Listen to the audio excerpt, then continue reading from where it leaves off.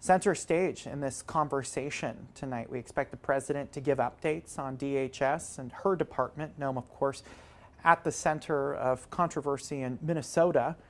We'll look for what the president says. I spoke to Congressman Troy Downing of Montana today. He said that he expects the president to touch on immigration in Minnesota, but again, stand firmly behind Secretary Noem and her department. Again, Susie Riles right there, the chief of staff to the president of the United States, followed by other administration officials who are currently making their way in.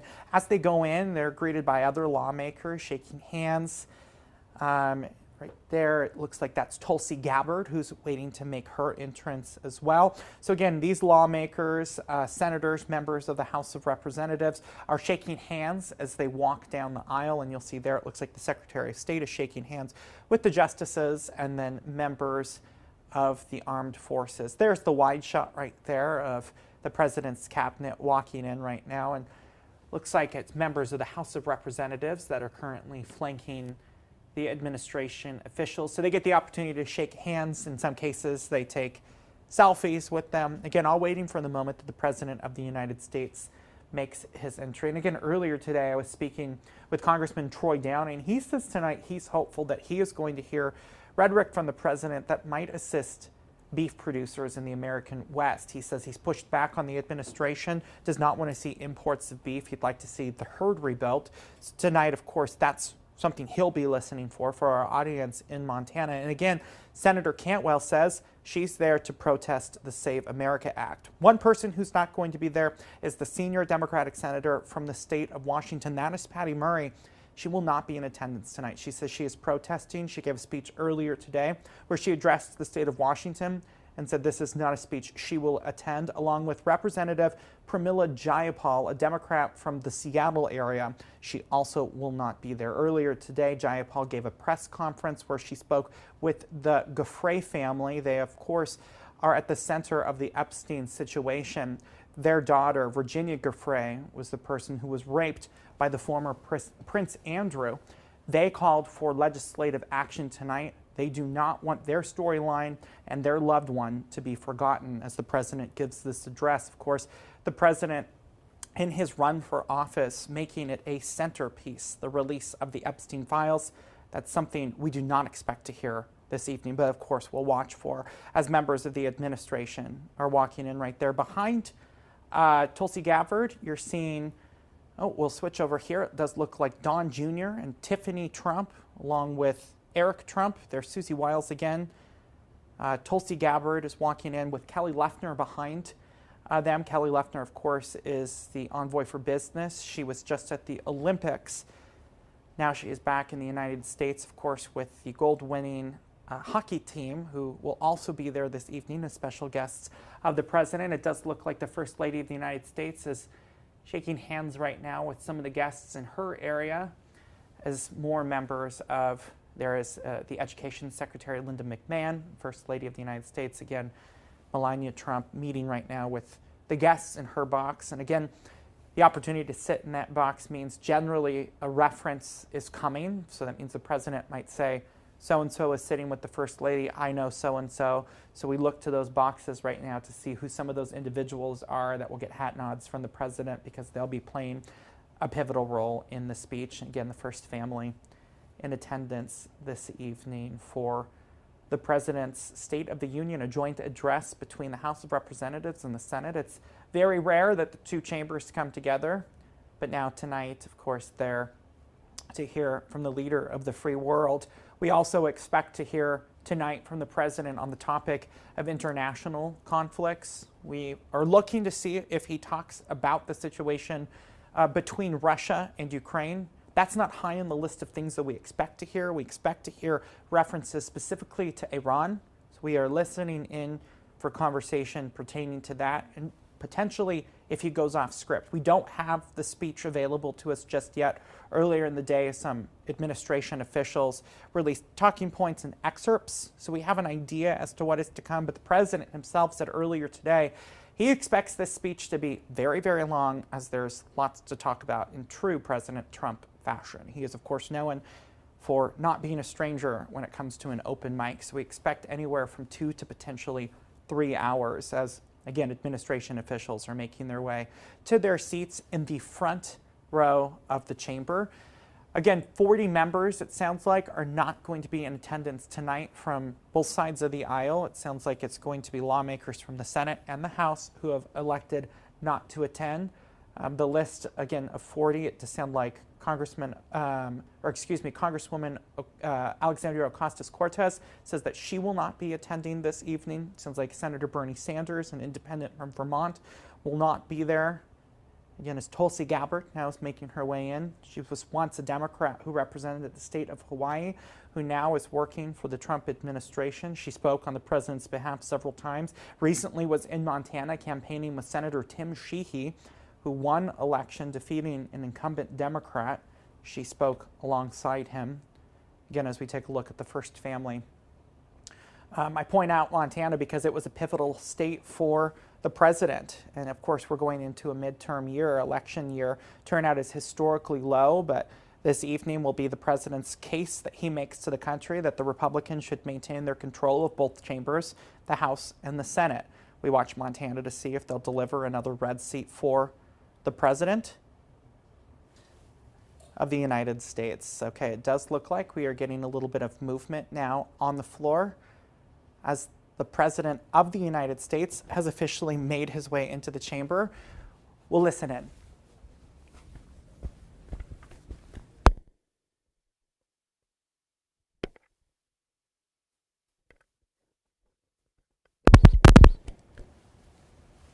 All right, there is the President of the United States making his way into the chamber. He will walk up to the top of the podium. Again, one of the iconic moments of this is always, Mr. Speaker, the President of the United States. Of course, the Speaker is the only person who can invite the President in to make this speech. It's tradition, so the President has been invited and accepted that invitation from Speaker of the House, Mike Johnson, to preside over this joint session of the Senate and Congress. And again, typically, this is where the President would lay out his legislative agenda, but going into a midterms year, he's going to be making the case that Republicans need to maintain the power that they hold. Of course, the President winning with not only the House, but the Senate. It does look like the Senate could potentially, the House could potentially be on rocky terms for the President. So he's going to lay out his legislative wins in the House and why maintenance and maintaining the House is so important to his case going into this election cycle. And you'll see there lawmakers wearing the famous Make America Great Again hat as the President is making his way to the podium right here. We expect this to be a very short walk, or a very long walk, because everybody is going to want the opportunity to shake the President's hand. Seeing him here shake hands with members of the House of Representatives, listening in right now, taking questions from them. The selfie, of course, flanked by members of senior leadership. So you've got John Thune standing behind him, Senate Majority Leader, and then behind him is John Barrasso, Senator Barrasso from the state of Wyoming, who is the whip, the majority whip. So it's his job to whip the vote. He does that in the Senate. Of course, the Senate is a place that has different rules than, of course, the House of Representatives. They have that pesky thing called the filibuster. If you're not up on it, I'll give you some light reading. That's your history lesson for the day, or your civics lesson for the day. What is the filibuster? Well, it is the whip's job to get the votes needed to break the filibuster. The President, again, as he shakes hands right here with members of the Supreme Court, is expected to directly call them out this evening. Of course, he had a major loss in court just last week when it came to his tariff, something Democrats were very excited about. He was sort of cold there. You saw him there sort of walk past. Looks like somebody is holding a sign up, a protesting sign. The sign says, "Black people are not apes." Of course, that is in reference to President Donald Trump's recent retweet of a racial remark about President Barack Obama and First Lady Michelle Obama. But now he has made his way to the podium, and we will let the President of the United States address the world. We will come back after the speech. Ladies and gentlemen, the President of the United States.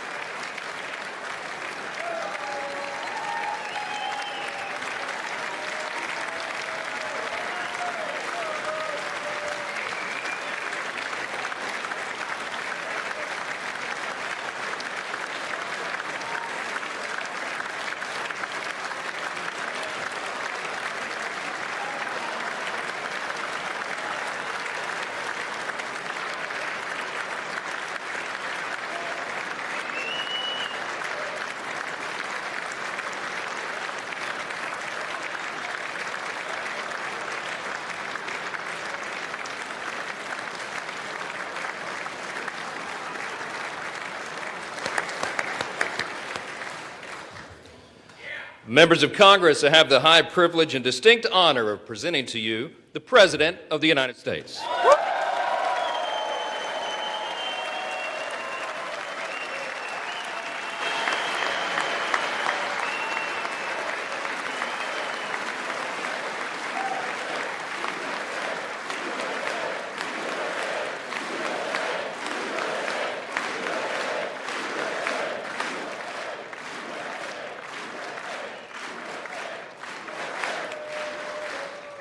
Well, thank you very much, everybody. It's really an honor. Speaker Johnson, Vice President Vance, First Lady of the United States,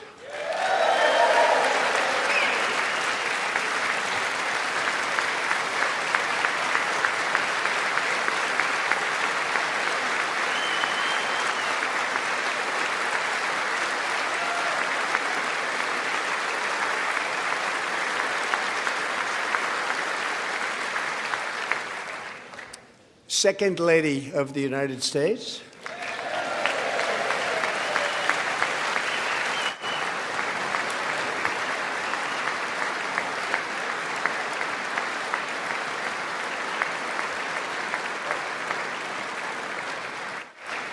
members of Congress, and my fellow Americans.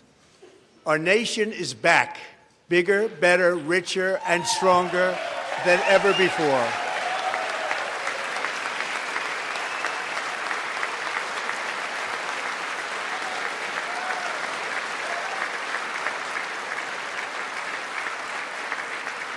Less than 5 months from now, our country will celebrate an epic milestone in American history, the 250th anniversary of our glorious American independence. This July 4th, we will mark 2.5 centuries of liberty and triumph, progress and freedom in the most incredible and exceptional nation ever to exist on the face of the earth. And you've seen nothing yet. We're going to do better and better and better. This is the golden age of America.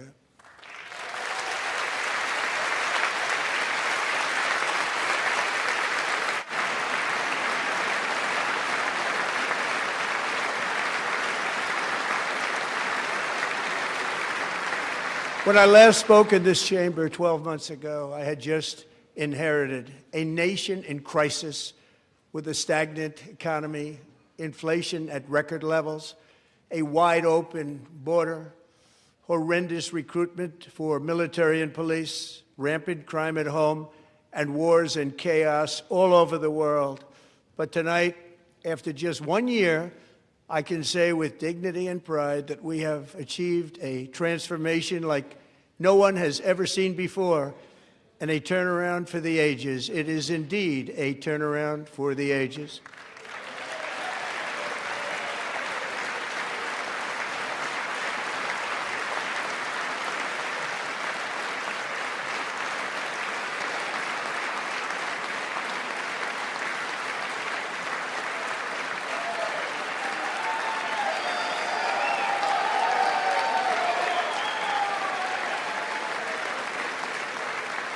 And we will never go back to where we were just a very short time ago. We're not going back. Today, our border is secure.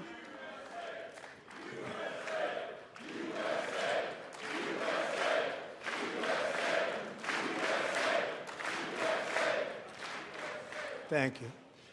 Today, our border is secure. Our spirit is restored. Inflation is plummeting. Incomes are rising fast.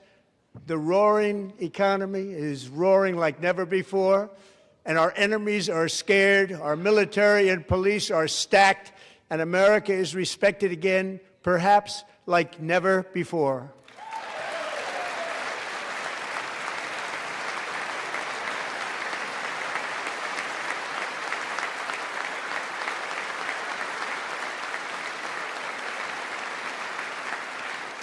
After 4 years in which millions and millions of illegal aliens poured across our borders, totally unvetted and unchecked, we now have the strongest and most secure border in American history by far.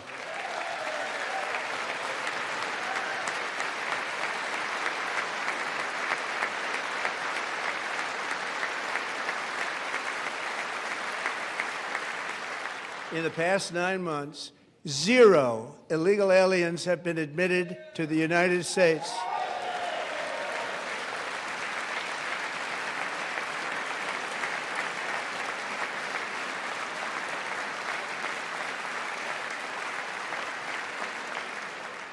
But we will always allow people to come in legally, people that will love our country and will work hard to maintain our country.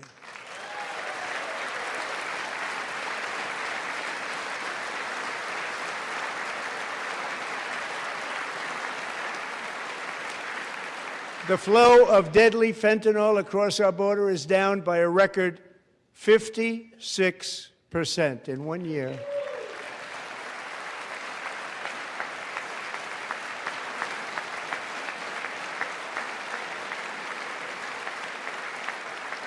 And last year, the murder rate saw its single largest decline in recorded history. This is the biggest decline, think of it, in recorded history, the lowest number in over 125 years, year 1900. In fact, substantially before my wonderful father, I had a wonderful father, Fred, before he was born, substantially before he was born. That's a long time ago. He wouldn't like me to say that, but that's a long time ago. The Biden administration and its allies in Congress gave us the worst inflation in the history of our country. But in 12 months, my administration has driven core inflation down to the lowest level in more than 5 years. And in the last 3 months of 2025, it was down to 1.7%.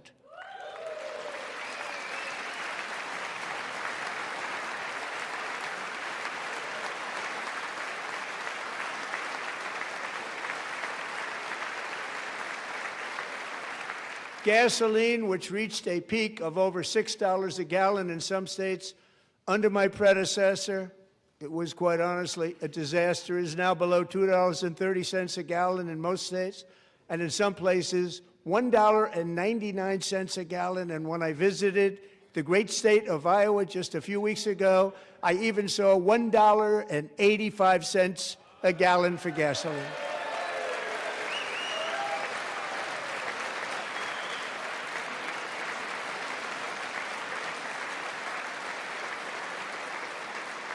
Mortgage rates are the lowest in 4 years and falling fast, and the annual cost of a typical new mortgage is down almost $5,000 just since I took office. 1 year.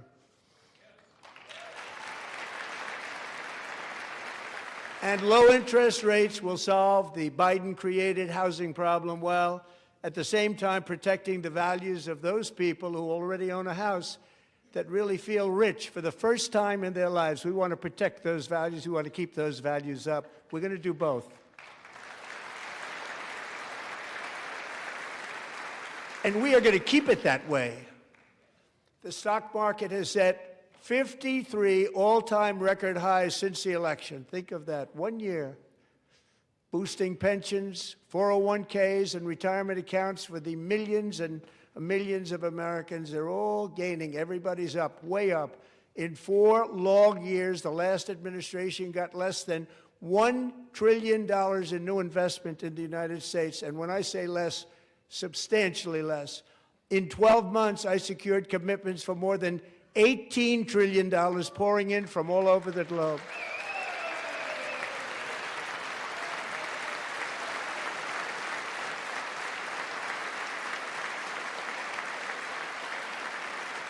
Think of it, much less than $1 trillion for 4 years versus much more than $18 trillion for 1 year. What a difference a president makes.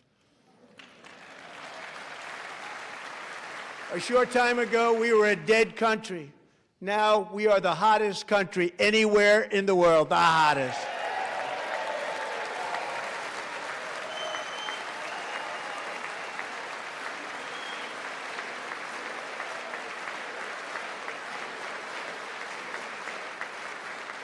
As thousands of new businesses are forming and factories, plants, and laboratories are being built, we have added 70,000 new construction jobs in just a very short period of time. It's getting bigger and bigger and stronger. Nobody can believe what they're watching.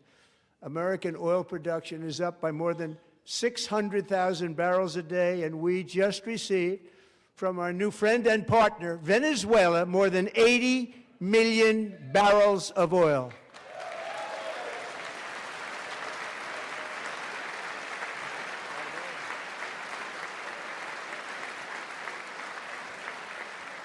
American natural gas production is at an all-time high because I kept my promise to drill, baby, drill.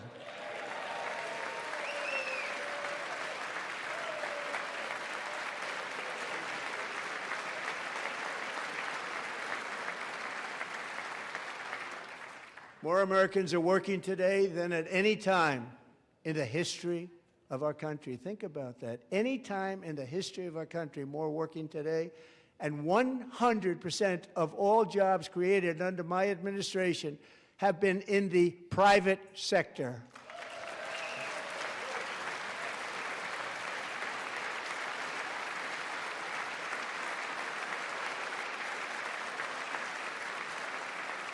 We ended DEI in America.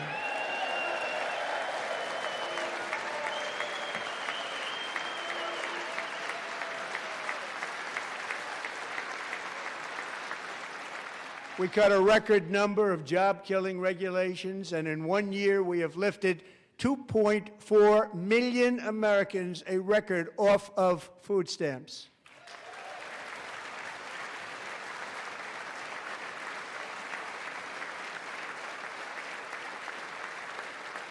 And for all of these reasons, I say tonight, members of Congress, the state of our union is strong.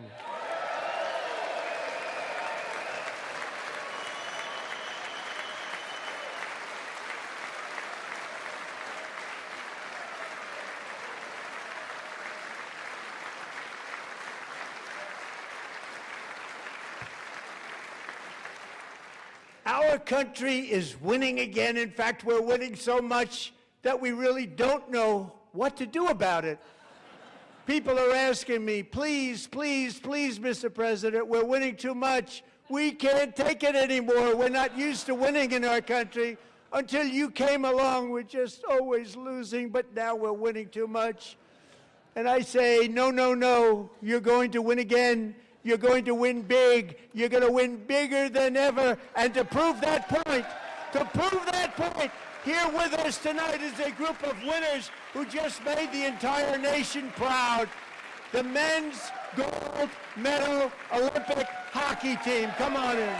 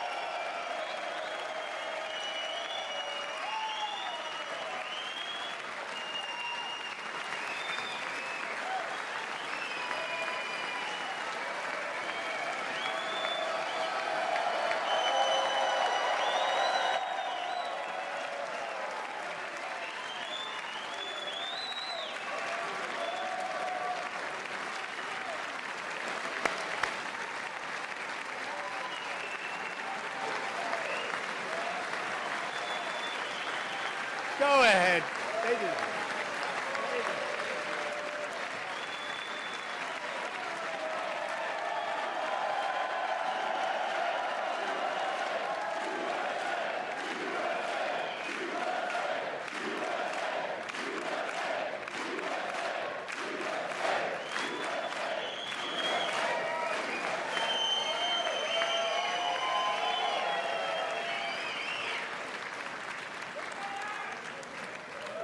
That's the first time I've ever seen them get up. And actually, not all of them did get up. But they beat a fantastic Canadian team in overtime, as everybody saw, as did the American women who will soon be coming to the White House.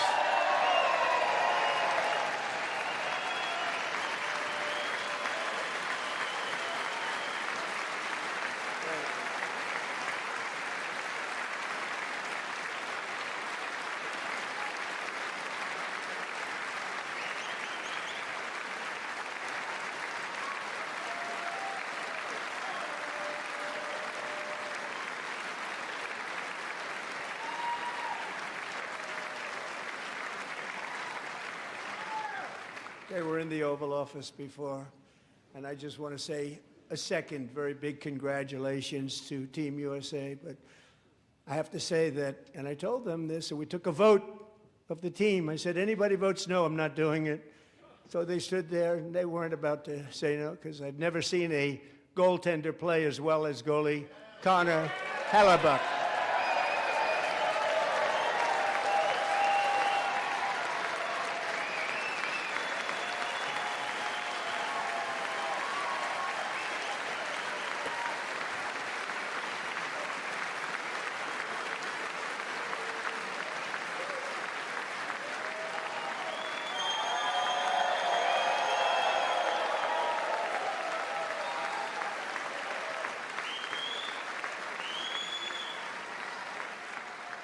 Think of it, 46 shots on goal, and I asked him, the one shot, the one where you put your stick in the back and it hit the neck of your stick and bounced off, do you practice that, or was that a little lucky?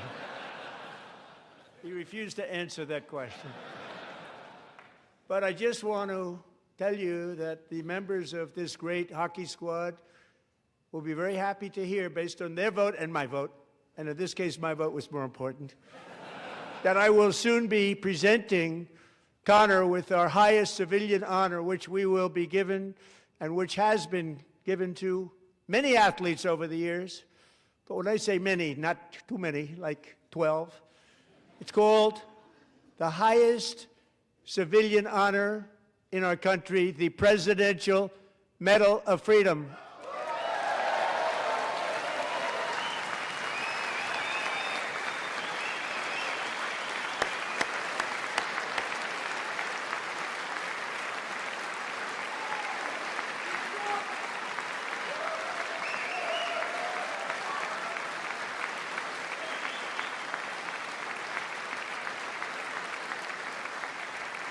Great athletes have gotten that, very great, the best, and I thought he deserved it. And I did take a vote, every single one of them. I said, I'm not giving it if anybody goes no, and every single one of them rapidly put up their hand.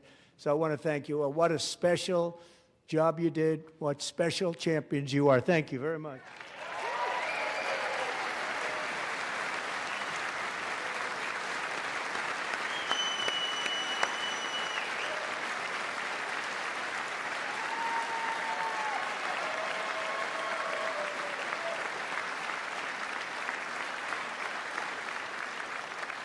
I'm also pleased to say that the next time the Olympic torch is lit, it will be here in America for the 2028 Olympics, and it's the summer version right in Los Angeles. We're going to do a good job in Los Angeles.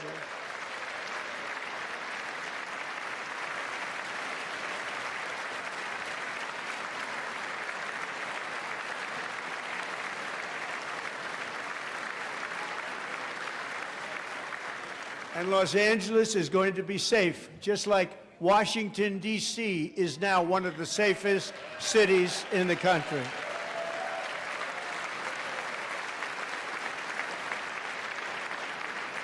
And this year, and I must say I got them both. I got them in my first term, and I was disappointed because I didn't think I'd be the president when this happened. But strange things took place. And now I've got them because I got the Olympics, I got the 2026 FIFA World Cup, and I wanted to claim the 250th, but I didn't get away with that one. I couldn't claim that one for myself. But we're getting the World Cup, so we have the World Cup and the Olympics coming, and that is exciting news.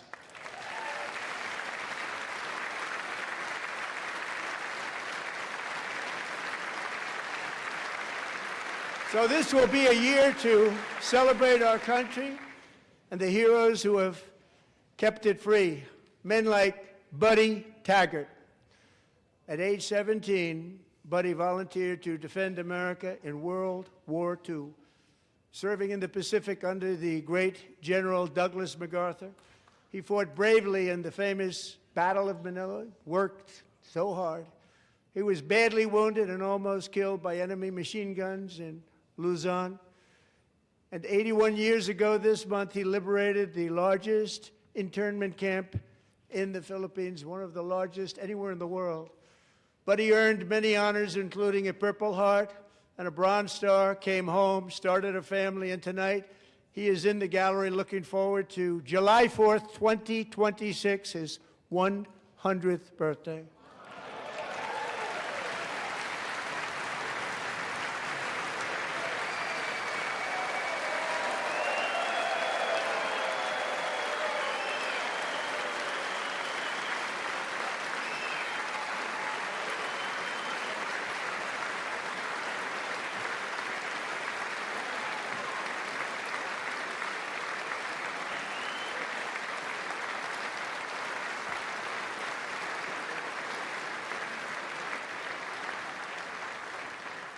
So, buddy, you're a brave man, and we salute you. Even in times of challenge, setback, and immense heartache, the spirit of 1776 has always shone through very brightly.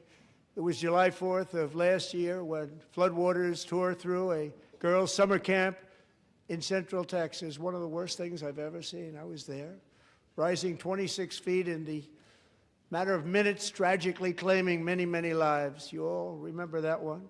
As the waters threatened to sweep her away, 11-year-old Millie Kate McClelland closed her eyes and prayed to God. She thought she was going to die. Those prayers were answered when Coast Guard rescue swimmer Scott Ruskin descended from a helicopter above. Nobody knew where he came from. It was Scott's first ever rescue mission, a young guy, but very brave, very, very top, always top in his class, and he lifted not just Millie Kate, but 164 others to safety.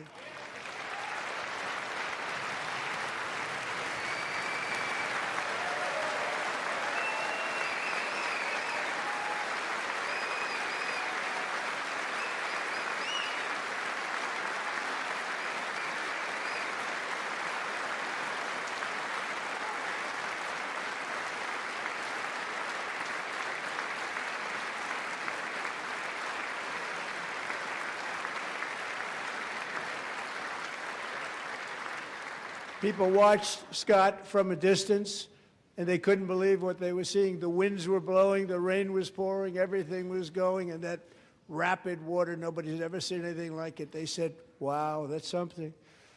Tonight, Scott and Millie Kate are here together, reunited for the very first time. Thank you, Scott, Millie Kate.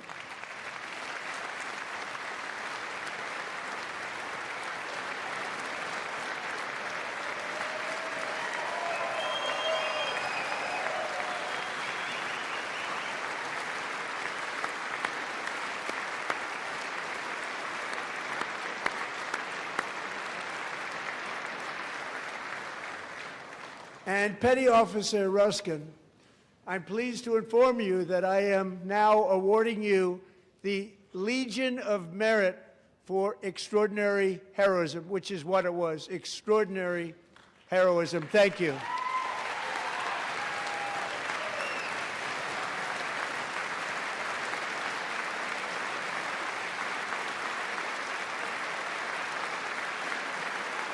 And I'd like to have the military aide to please come down and take care of the service. Military aide, thank you very much. Take care of that very important service. Thank you very much. From 1776 to today, every generation of Americans has stepped forward to defend life, liberty, and the pursuit of happiness. And they're really doing it for the next generation. But now it's our turn. Together we're building a nation where every child has the chance to reach higher and go further, where government answers to the people, not the powerful, and where the interests of hardworking American citizens are always our first and ultimate concern. That is the debt we owe to the heroes who came before us, and that is the promise we must keep to America for our 250th year. Last year, I urged this Congress to begin the mission by passing the largest tax cuts in American history, and our Republican majorities delivered so beautifully. Thank you, Republicans.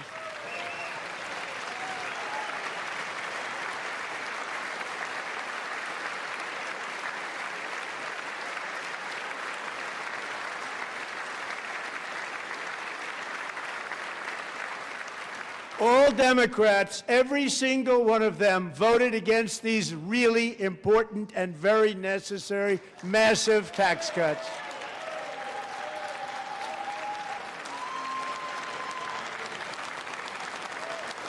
They wanted large-scale tax increases to hurt the people instead.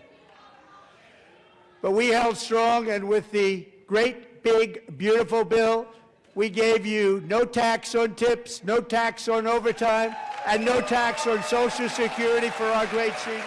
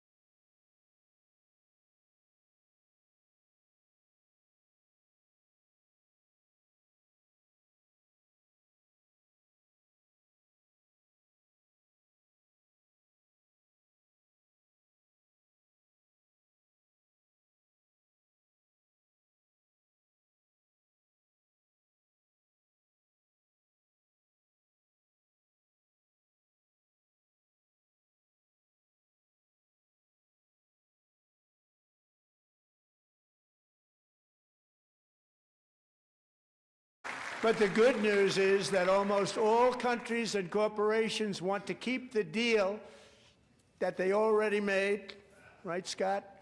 Knowing that the legal power that I, as president, have to make a new deal could be far worse for them, and therefore they will continue to work along the same successful path that we had negotiated before the Supreme Court's unfortunate involvement.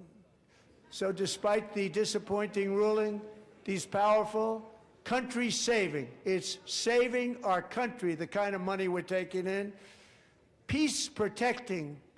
Many of the wars I settled was because of the threat of tariffs. I wouldn't have been able to settle them without.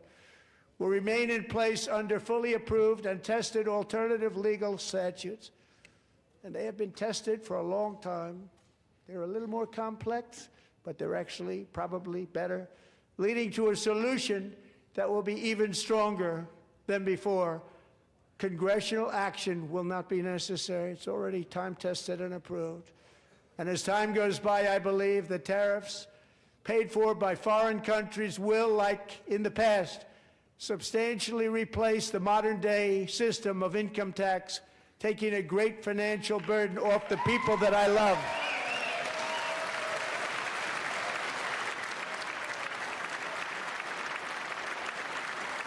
Right?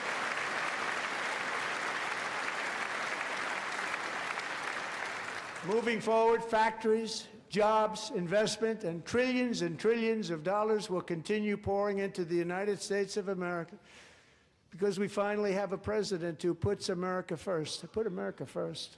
I love America.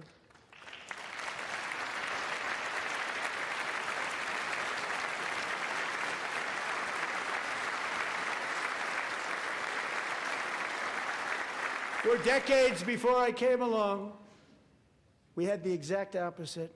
From trade to healthcare, from energy to immigration, everything was stolen and rigged in order to drain the wealth out of the productive, hardworking people who make our country great, who make our country run.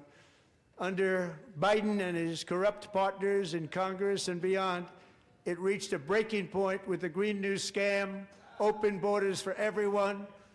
They poured in by the millions and millions from prisons, from mental institutions. They were murderers, 11,888 murders. They came into our country. You allowed that to happen. And record-setting inflation that cost the typical family $34,000 in just a speck of time. Now the same people in this chamber who voted for those disasters suddenly use the word affordability, a word they just used it. Somebody gave it to them, knowing full well that they caused and created the increased prices that all of our citizens had to endure. You caused that problem. You caused that problem.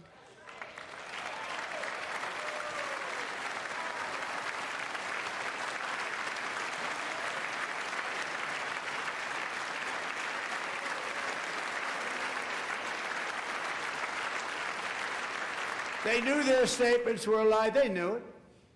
They knew their statements were a dirty, rotten lie. Their policies created the high prices. Our policies are rapidly ending them. We are doing really well. Those prices are plummeting downward.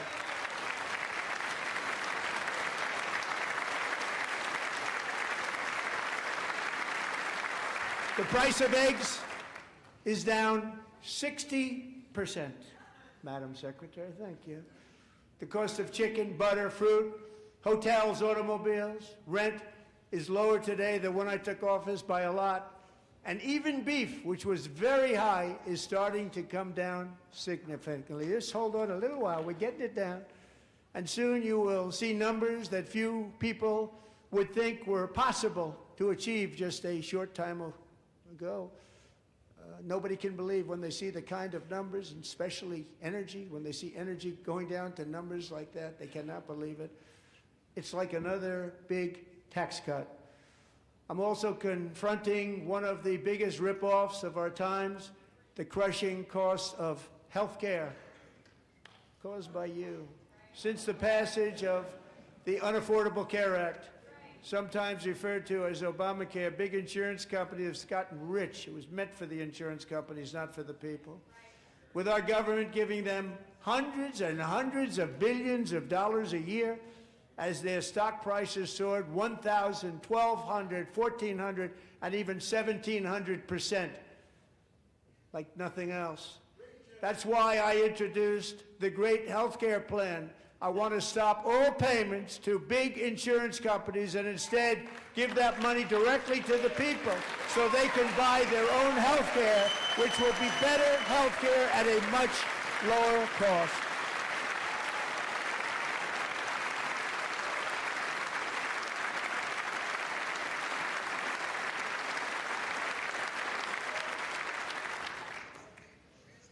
In addition, my plan requires maximum price transparency. That's a big deal.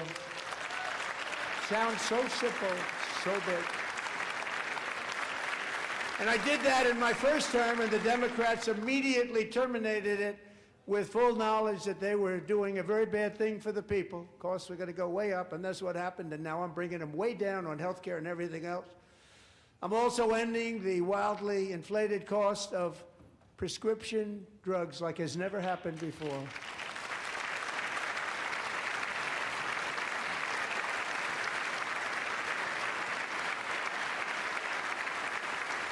Other presidents tried to do it, but they never could. They tried. Most didn't try, actually. But they tried. They said they tried. They couldn't do it. They didn't even come close. They were all talk and no action, but I got it done.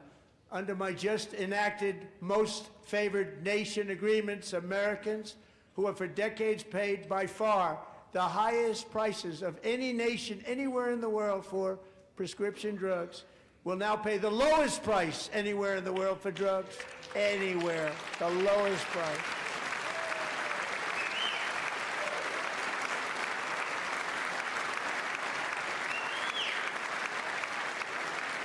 So in my first year of the second term, should be my third term, but strange things happen. I took prescription drugs, a very big part of health care, from the highest price in the entire world to the lowest. That's a big achievement.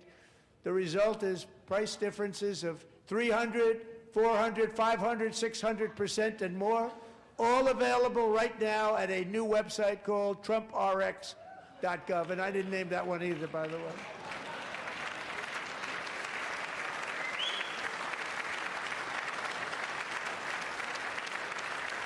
And here tonight is the very first customer ever to get that big discount, and it is big, Catherine Rayner. For 5 years, she and her husband have struggled with infertility, and they turned to IVF. One drug has been costing Catherine $4,000 to purchase, but a few weeks ago, she logged onto the TrumpRx website and got that same drug that cost $4,000, got it for under $500. A reduction of much more, actually, than $3,500. Catherine, we are all praying for you, and you're going to be a great mom.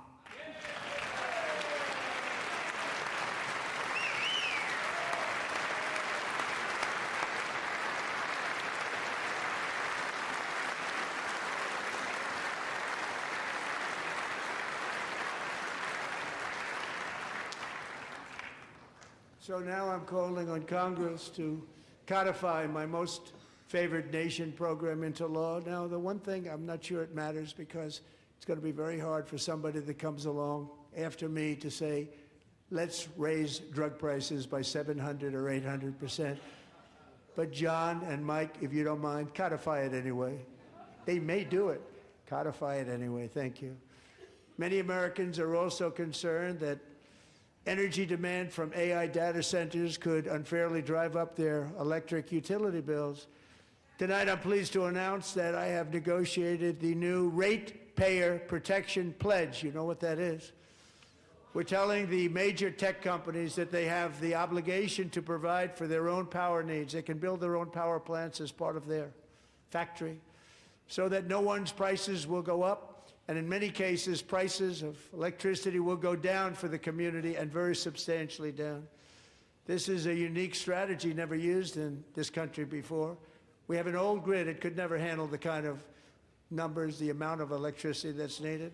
So I'm telling them they can build their own plant. They're going to produce their own electricity.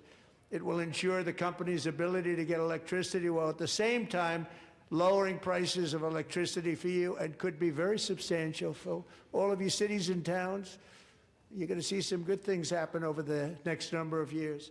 Another pillar of the American dream that has been under attack is home ownership. With us tonight is Rachel Wiggins, a mom of two from Houston.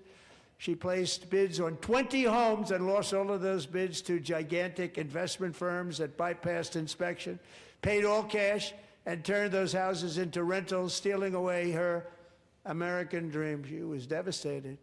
Stories like this are why last month I signed executive order to ban large Wall Street investment firms from buying up in the thousands single-family homes.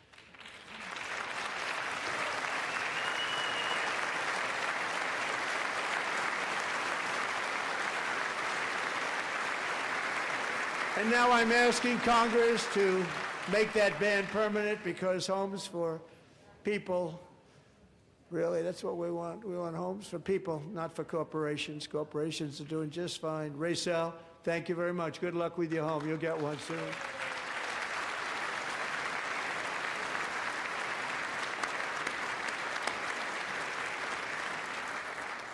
We're also working to make it easier for Americans to save for retirement. And under this administration, we will always protect Social Security and Medicare. They are not protecting it for our seniors. We will always protect Social Security, Medicare, Medicaid.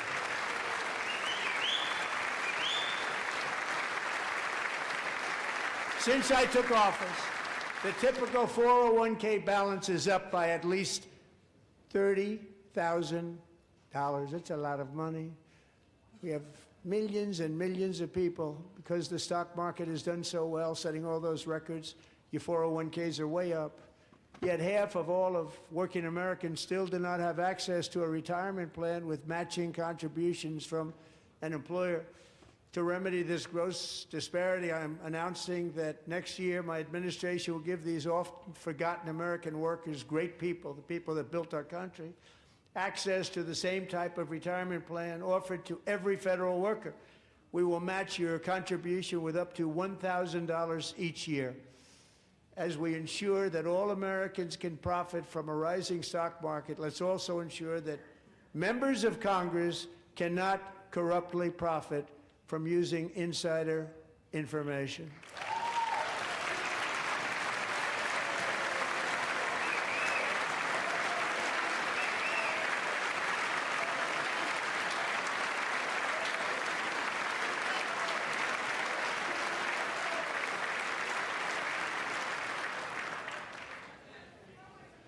They stood up for that. I can't believe it.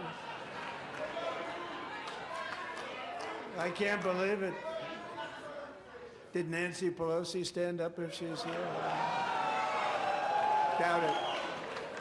Pass the Stop Insider Trading Act without delay.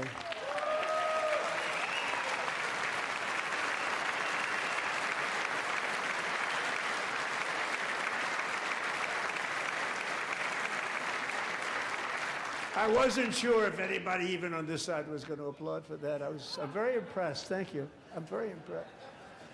But when it comes to the corruption that is plundering, it's plundering America. There's been no more stunning example than Minnesota, where members of the Somali community have pillaged an estimated $19 billion from the American taxpayer. Oh, we have all the information. And in actuality, the number is much higher than that. And California, Massachusetts, Maine, and many other states are even worse.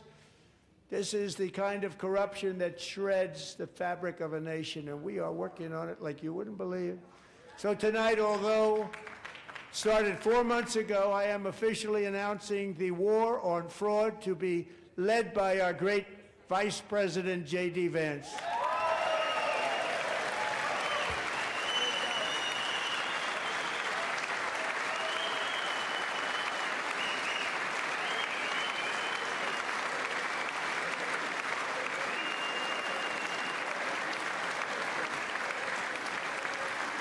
We'll get it done. And if we're able to find enough of that fraud, we will actually have a balanced budget overnight. It'll go very quickly. That's the kind of money you're talking about. We'll balance our budget.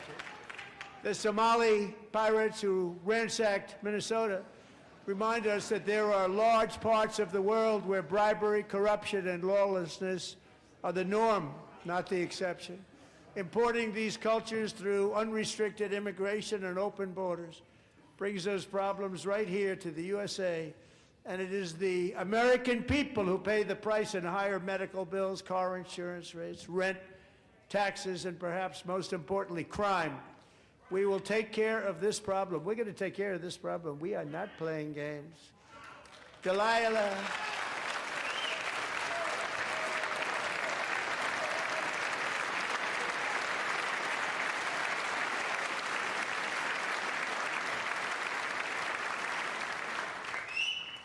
Delilah Colvin was only 5 years old in June 2024 when a 18-wheel tractor trailer plowed into her stopped car traveling at 60 miles an hour or more. The driver was an illegal alien let in by Joe Biden and given a commercial driver's license by open borders politicians in California. Doctors said Delilah would never be able to walk or talk, have a good life. She wouldn't even be able to eat again. But against all odds, she is now in the first grade learning to walk. And she's here this evening with her dad, Marcus, a fantastic man. Delilah, please, you are a great inspiration. Please stand up.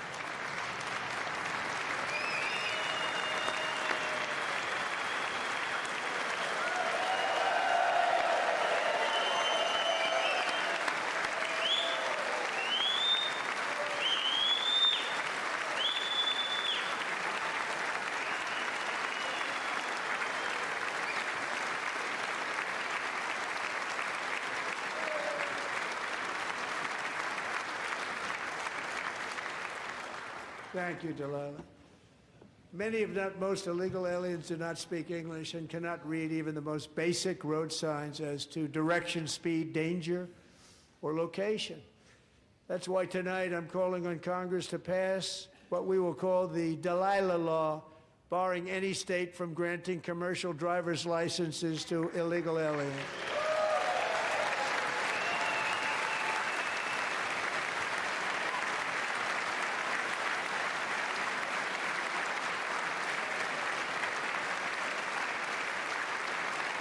And yesterday, as you probably saw at the White House, I hosted a ceremony with Americans who lost their treasured loved ones to the scourge of illegal immigration. People came into our country, how we allowed this to happen with our open borders. These are the angel moms and families that for decades our government betrayed and our media totally ignored. It was terrible. Hard to believe, actually. In 2023, a 16-year-old high school cheerleader named Elizabeth Medina was supposed to perform in her town's Christmas parade, but she never arrived. Her mother, Jacqueline, went home to look for her, and she found her lying dead in a bathtub, bleeding profusely after being stabbed 25 times.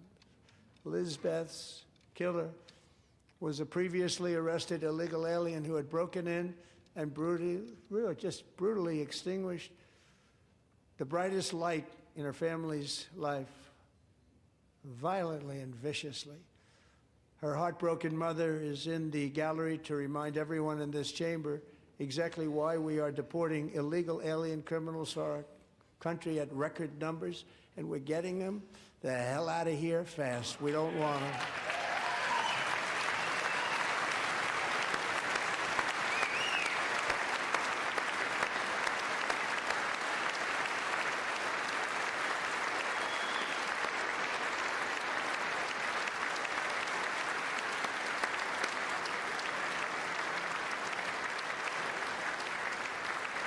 Thank you very much, Jacqueline. Thank you.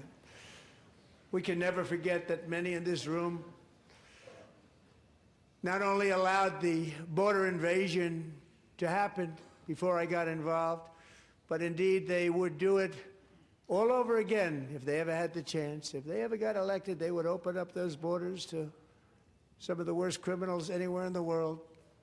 The only thing standing between Americans and a wide open border right now is President Donald J. Trump and our great Republican patriots in Congress. Thank you. Thank you.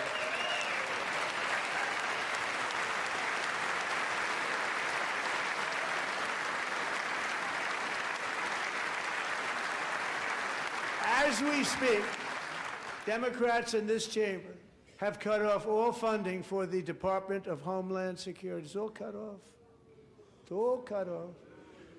They have instituted another Democrat shutdown, the first one costing us 2 points on GDP. 2 points we lost on GDP, which probably made them quite happy, actually. Now they have closed the agency responsible for protecting Americans from terrorists and murderers. Tonight I'm demanding the full and immediate restoration of all funding for the border security, homeland security of the United States, and also for helping people clean up their snow. We have no money because of the Democrats, and it would be nice, we'd love to give you a hand at cleaning it up, but you gave no money. Nobody's getting paid. It's a shame. So you have to think about it. We have, in case you didn't know, a pretty large snowstorm out there. One of the great things about the State of the Union is how it gives Americans the chance to see clearly what their representatives really believe. So tonight I'm inviting every legislator to join with my administration in reaffirming a fundamental principle. If you agree with this statement, then stand up and show your support. The first duty of the American government is to protect American citizens, not illegal aliens.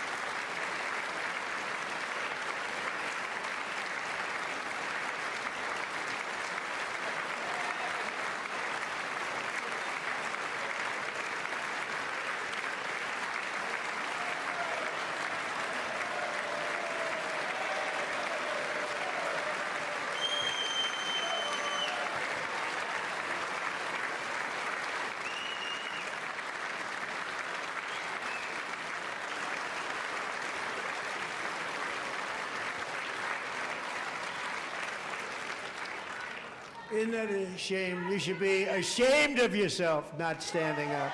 You should be ashamed of yourself.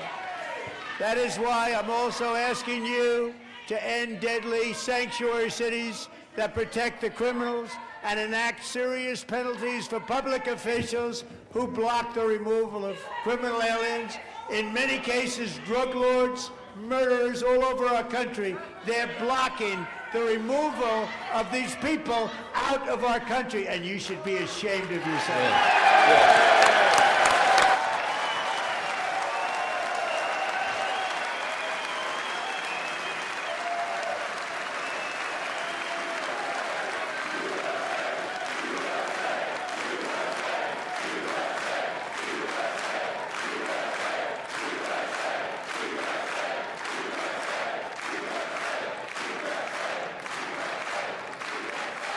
And perhaps most importantly, I'm asking you to approve the Save America Act.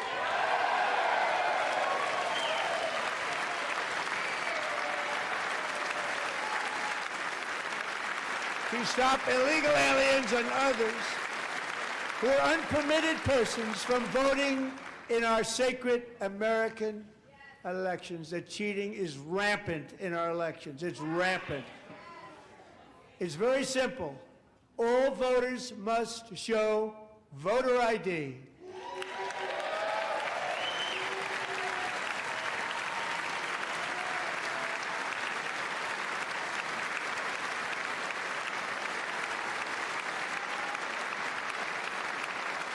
All voters must show proof of citizenship in order to vote.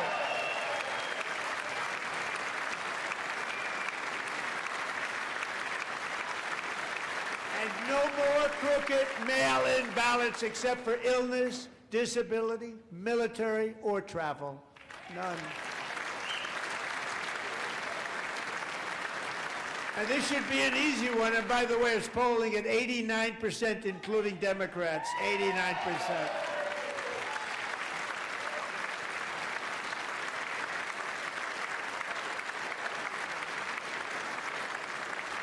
And even the new communist mayor of New York City, I think he's a nice guy, actually. Speak to him a lot. Bad policy, but nice guy. Just said they want people to shovel snow. They got hit hard. Wants them to shovel snow, but if you apply for that job, you need to show 2 original forms of ID and a Social Security card. Yet they don't want identification for the greatest privilege of them all, voting in America. No, it's no good. No good. Both Republicans and Democrats overwhelmingly agree on the policy that we just enunciated. And Congress should unite and enact this common sense, country-saving legislation right now, and it should be before anything else happens.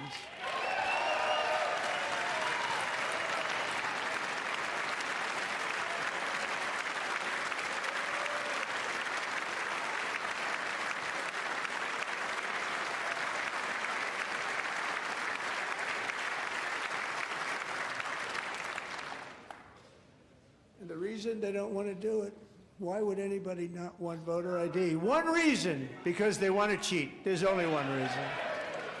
They make up all excuses. They say it's racist. They come up with things you almost say, what imagination they have.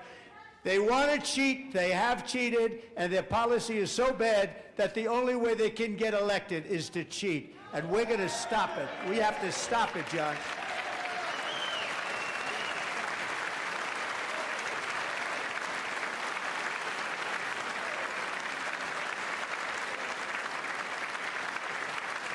And here is one more opportunity to show common sense in government. In the gallery tonight are Sage Blair and her mother, Michelle. In 2021, Sage was 14 when school officials in Virginia sought to socially transition her to a new gender, treating her as a boy and hiding it from her parents. Hard to believe, isn't it? Before long, a confused Sage ran away from home after she was found in a horrific situation in Maryland.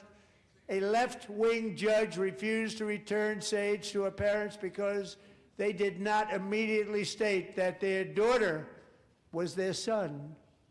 Sage was thrown into an all-boys state home and suffered terribly for a long time. But today, all of that is behind them because Sage is a proud and wonderful young woman with a full-ride scholarship to Liberty University. Sage and Michelle, please stand up.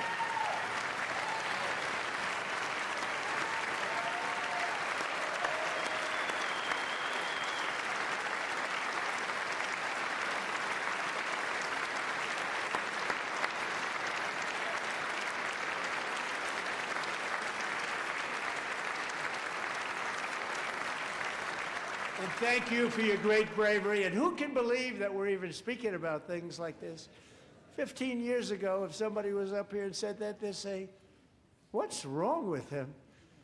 But now we have to say it because it's going on all over numerous states without even telling the parents.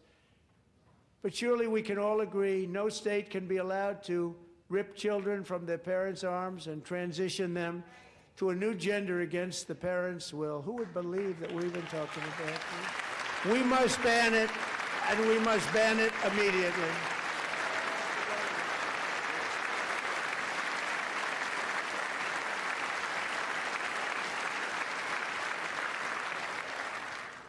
Look, nobody stands up. These people are crazy, I'm telling you. They're crazy.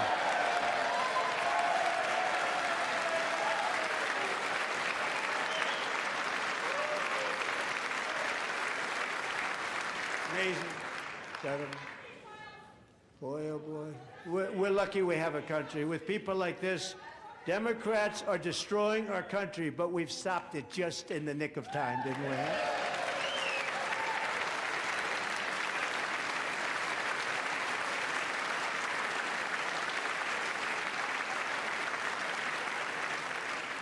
No one cares more about protecting America's youth than our wonderful First Lady. Now a movie star. She's a movie star. Can you believe it? Who would have believed that? Over the past year, she has had an incredible impact championing AI legislation, advancing a landmark executive order on foster care, and helping secure $30 million to launch the Melania Trump Foster Youth to Independence Initiative. It's a tremendous, really a tremendous thing that happened and had a lot of bipartisan support. She gets much better bipartisan support than I do. I get none. She gets a lot. Someday you're going to have to tell me how you did that. And students and educators in every state have joined the First Lady's efforts in the presidential AI challenge, keeping America's next generation positioned to succeed and strongly succeed in the future.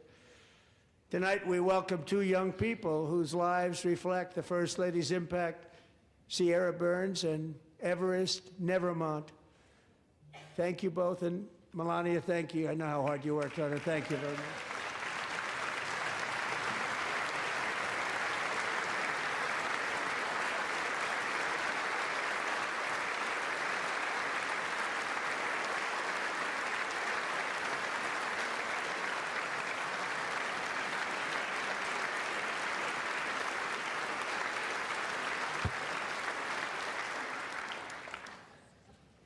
I'm very proud to say that during my time in office, both the first 4 years and in particular this last year, there has been a tremendous renewal in religion, faith, Christianity, and belief in God. Tremendous renewal.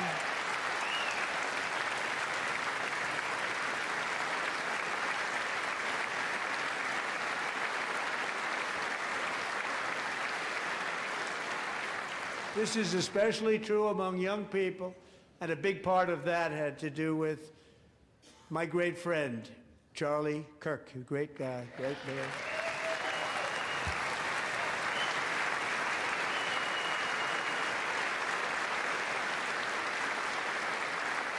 So last year, Charlie was violently murdered by an assassin and martyred, really martyred for his beliefs. His wonderful wife, Erica, is with us tonight. Erica, please stand.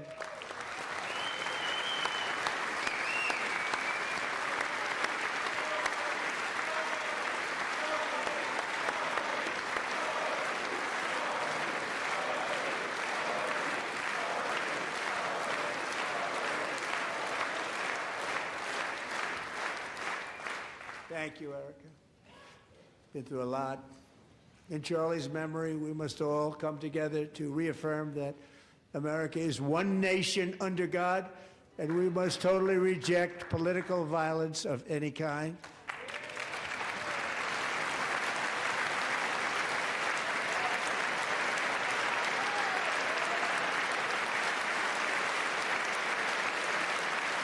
We love religion, and we love bringing it back, and it's coming back at levels that nobody actually thought possible. It's really a beautiful thing to see. Above all, unleashing America's promise requires keeping our communities safe. We have made incredible strides, yet dangerous repeat offenders continue to be released by pro-crime Democrat politicians again and again. We are honored to be joined tonight by a woman who's been through hell, Anya Zaretska.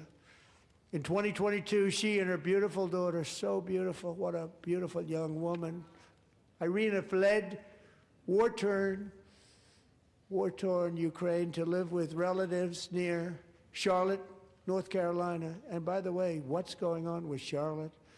Last summer, 23-year-old Irina was riding home on the train when a deranged monster who had been arrested over a dozen times and was released through no cash bail stood up and viciously slashed a knife through her neck and body. No one will ever forget. There were people on that train. No one will ever forget the expression of terror on Irina's face as she looked up at her attacker in the last seconds of her life. She died instantly. She had escaped a brutal war only to be slain by a hardened criminal, set free to kill in America, came in through open borders. Mrs. Zaretska, tonight I promise you we will ensure justice for your magnificent daughter, Irina.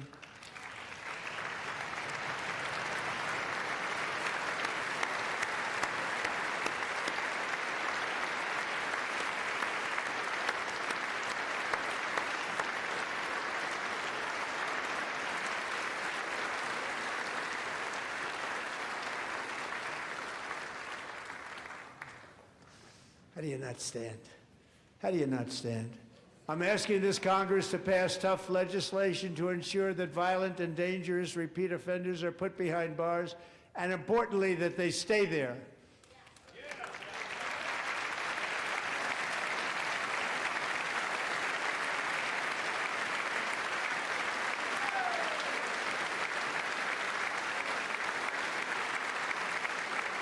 Starting last summer, I deployed our National Guard and federal law enforcement to restore law and order to our most dangerous cities, including Memphis, Tennessee, big success, New Orleans, Louisiana, big success, and our nation's capital itself, Washington, D.C., where we have almost no crime anymore in Washington, D.C. How did that happen?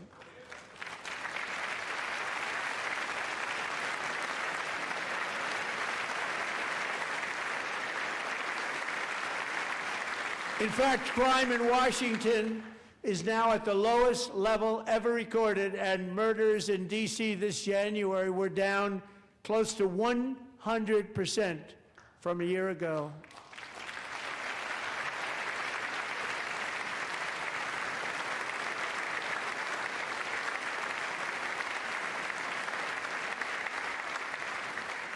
I don't like to hear that.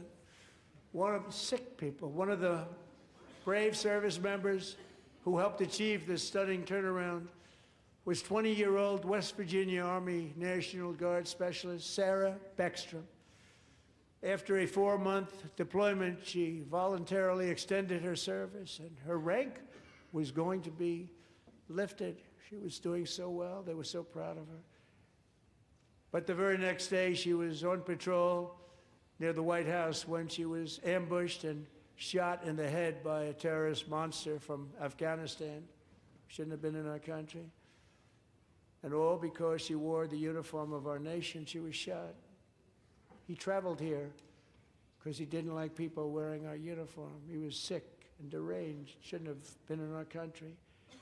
Sarah Beckstrom died in order to defend our capital, and we are honored to be joined by her wonderful parents, Gary and Evalie. Your daughter was a true American patriot, and she will be greatly missed. She was a great person. I saw reports on her. They've never seen anything like it.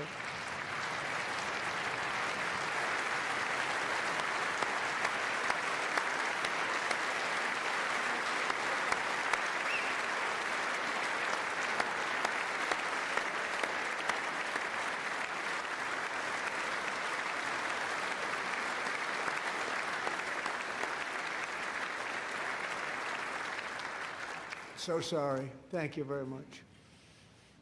A great young lady. I saw reports that were like, perfect. She was perfect. Serving alongside Sarah that day was Staff Sergeant Andrew Wolf. The terrorist shot Andrew in the head, and no one thought he could possibly make it. The two of them, Sarah and Andrew, both shot violently in the head. Neither was expected to make it. They weren't even given a chance, except his wonderful mother, named Melody, who I spoke to the same night, and she was so positive. The doctors thought that Andrew was gone, but his mother said, no, no, Mr. President, Andrew will be fine. He's going to make it. I've never seen anything like it. I mean, he was given almost no chance. She said, I have no doubt, sir, he's going to be okay. This was a conversation that I had with her that night, with her son laying helplessly in bed, blood all over. Everybody is praying, she said, sir, he will be okay. The doctors didn't understand what she was saying, and after looking at the results of the damage done, neither did I. She was so strong and conclusive that even Andrew's great father felt she didn't really understand the gravity of the situation. But she turned out to be right. Right, Melody? She turned out to be right.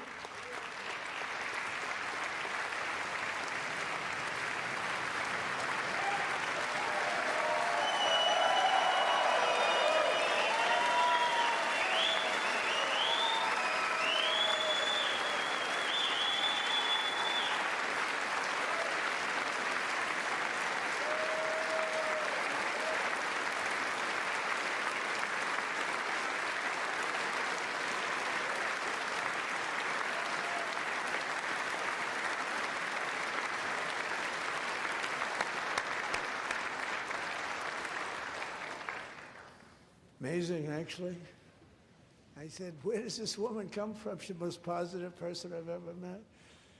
With God's help, Andrew has battled back from the edge of death, and we're talking about the edge of death, on his way to a miraculous recovery. He's got a little work to do, but he's doing great. Nice to see you. He's a good-looking guy. Nice to see you. Thanks, Andrew. Thank you very much.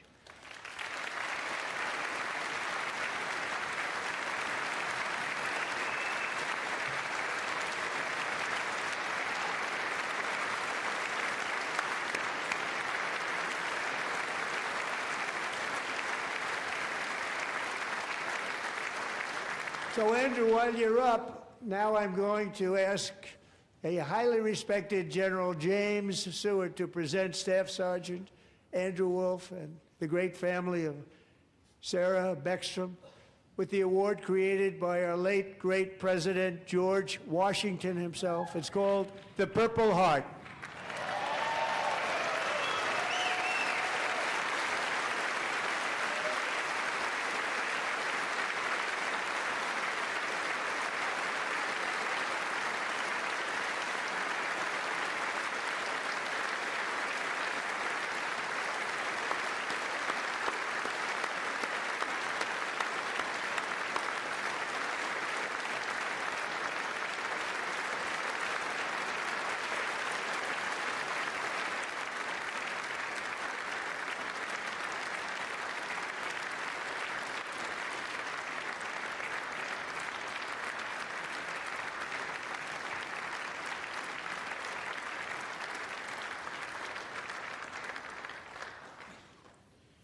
We love you all. Love you. We're proudly restoring safety for Americans at home, and we are also restoring security for Americans abroad. Our country has never been stronger. My first 10 months, I ended 8 wars, including Cambodia. Isn't it funny? Sick people. Cambodia and Thailand, Pakistan and India. Would have been a nuclear war. 35 million people, said the Prime Minister of Pakistan, would have died if it were not for my involvement. Kosovo and Serbia, Israel and Iran, Egypt and Ethiopia, Armenia and Azerbaijan, the Congo and Rwanda, and of course the war in Gaza, which proceeds at a very low level. It's just about there. And I want to thank Steve Witkoff and Jared Kushner for your help. Thank you, Steve. Thank you, Jared.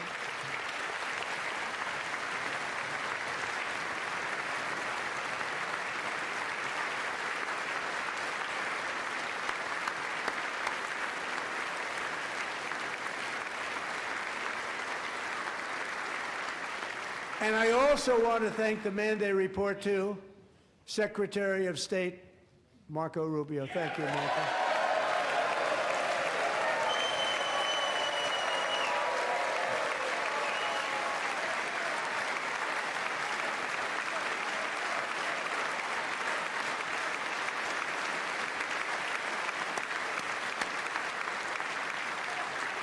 People like you.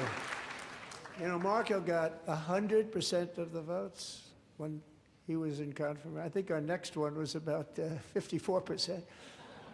And some of the Democrats are now saying, I can't believe we approved that guy. And he said it's an honor that they feel that way, right, Marco? You have done a great job, great Secretary of State. I think he'll go down as the best ever.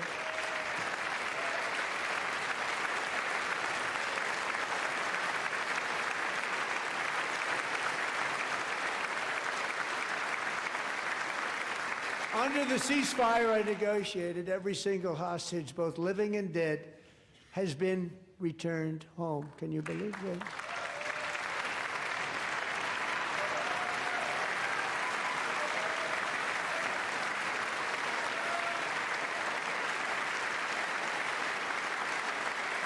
Nobody thought it was possible.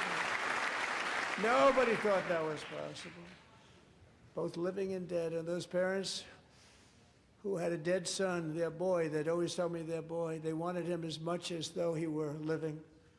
That was an amazing period of time. And they came back, and when we got all of the living hostages back, and many, many before them, but I always said those last 20 are going to be very tough, but we got many, many more, hundreds.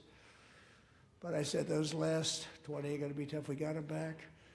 But we only got back 14 or 15 of the dead of the 28. And believe it or not, Hamas worked along with Israel, and they dug and they dug and they dug. It's a tough thing to do, going through bodies all over, passing up 100 bodies sometimes for each one that they found. Tough job. And they finally got it back to 27. And then Steve and Jared, they got it back to 28. They found all 28. Nobody thought that was possible, but we did it. And I remember the family of the 28th. They were so grieved, but they were so happy as it's possible to be. They had their boy back. The mother said, "Sir, we have our boy back." What a period of time that was, but we got them all back. So thank you both very much. Great job.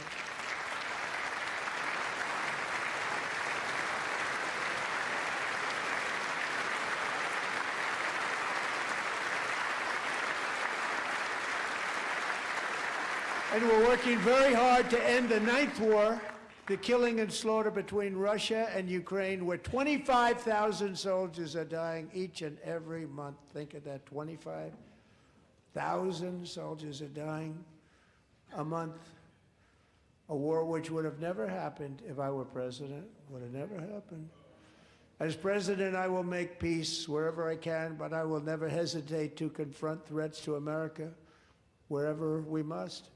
That's why in a breakthrough operation last June, the United States military obliterated Iran's nuclear weapons program with an attack on Iranian soil known as Operation Midnight Hammer.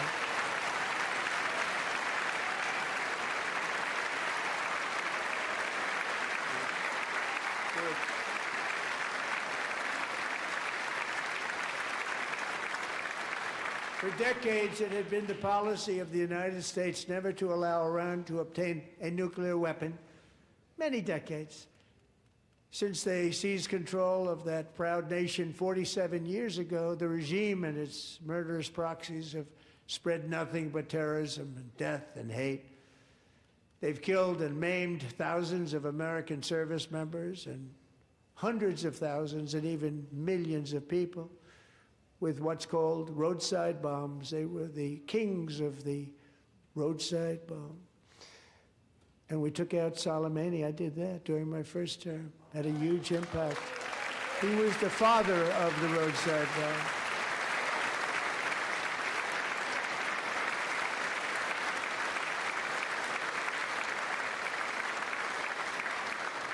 And just over the last couple of months with the protests, they've killed at least, it looks like 32,000 protests, 32,000 protesters in their own country. They shot them and hung them. We stopped them from hanging a lot of them with the threat of serious violence. But this is some terrible people. They've already developed missiles that can threaten Europe and our bases overseas, and they're working to build missiles that will soon reach the United States of America.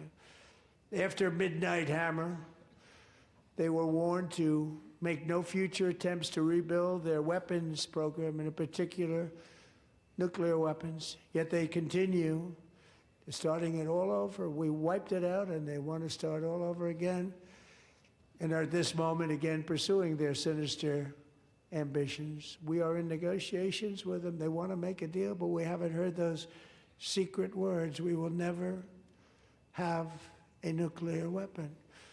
My preference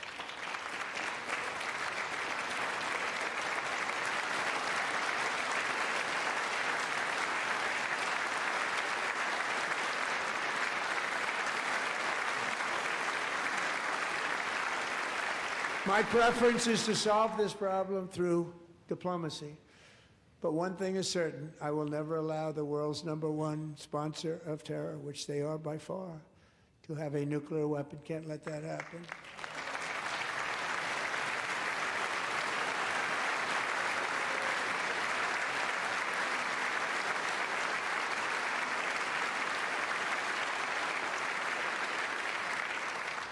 And no nation should ever doubt America's resolve. We have the most powerful military on earth. I rebuilt the military in my first term. We're going to continue to do so. Also, we just approved a $1 trillion budget. We have no choice. We have to be strong, because hopefully we will seldom have to use this great power that we built together. It's really called Peace Through Strength, and it's been very, very effective.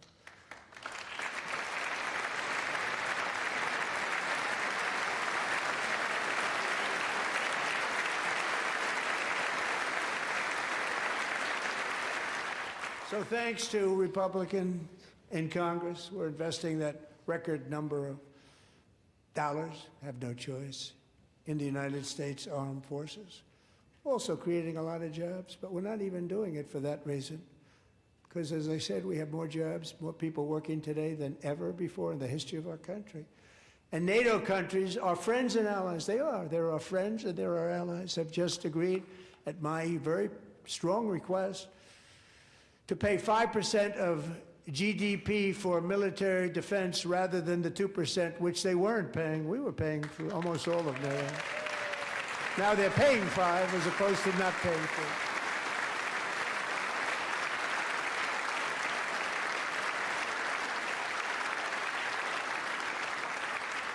And getting that 5% was something which everyone said would never be done, could not happen. We got it really easily with one meeting. And big difference between 2% that's not paid. We were paying the freight of many of them. Very few were paid up. Now 5%, then they're paid. And everything we send over to Ukraine is sent through NATO, and they pay us in full. They pay us totally in full. Every branch of our armed forces is setting records for recruitment. This is so exciting. And every service member recently.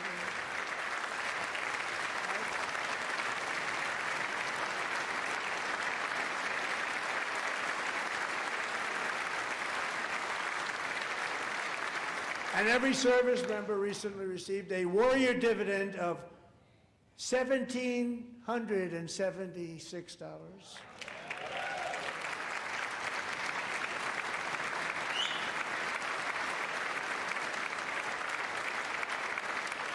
You know, they put it on my desk. We got the money from tariffs and other things, a lot of money we have. We have much more money than people understand. Have to rebuild that program a little bit, but it won't take long. But we got the money, and it was $1,775, and they wanted my approval. And I said, what's the number? $1,775. I said, wait a minute, for one more dollar, we can have $1,776. It's going to I said, we're going to figure that. I never asked anybody if we could afford it. $1 more. I said 1776. And I said, that's good. And I'll tell you what, our military, that was 4 months ago, our military, I never see a person in the military that doesn't thank me for it. So we're honored to do it. They deserve it.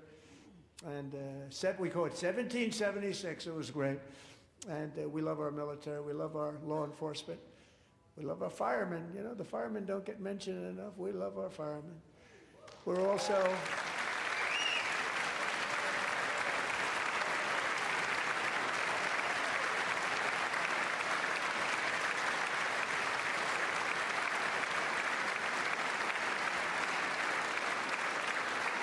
restoring American security and dominance in the Western Hemisphere, acting to secure our national interests and defend our country from violence, drugs, terrorism, and foreign interference. For years, large swaths of territory in our region, including large parts of Mexico, really large parts of Mexico, have been controlled by murderous drug cartels. That's why I designated these cartels as foreign terrorist organizations, and I declared illicit fentanyl as a weapon of mass destruction.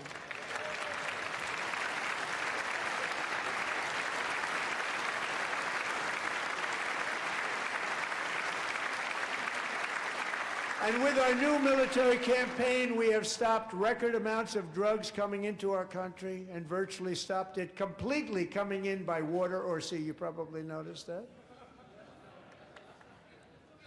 We very seriously damaged their fishing industry also. Nobody wants to go fishing anymore.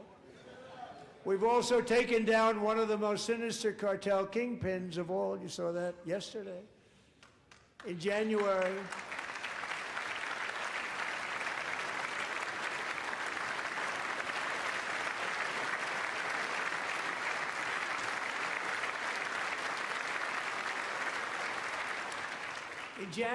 elite American warriors carried out one of the most complex, spectacular feats of military competence and power in world history. No one's seen anything like it. Foreign leaders, I won't tell you who, called me and they said, very impressive, very impressive. They couldn't believe, they all watched, they saw what happened. This is a different fighting force that we had years ago when we fought to tie.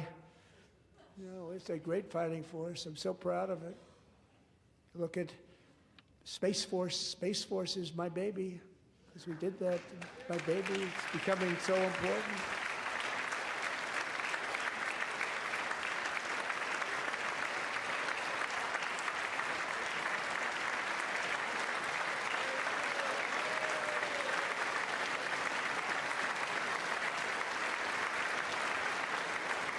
And America's armed forces overwhelmed all defenses and utterly defeated an enemy, good fighters, to end the reign of outlaw dictator Nicolas Maduro and bring him to face American justice.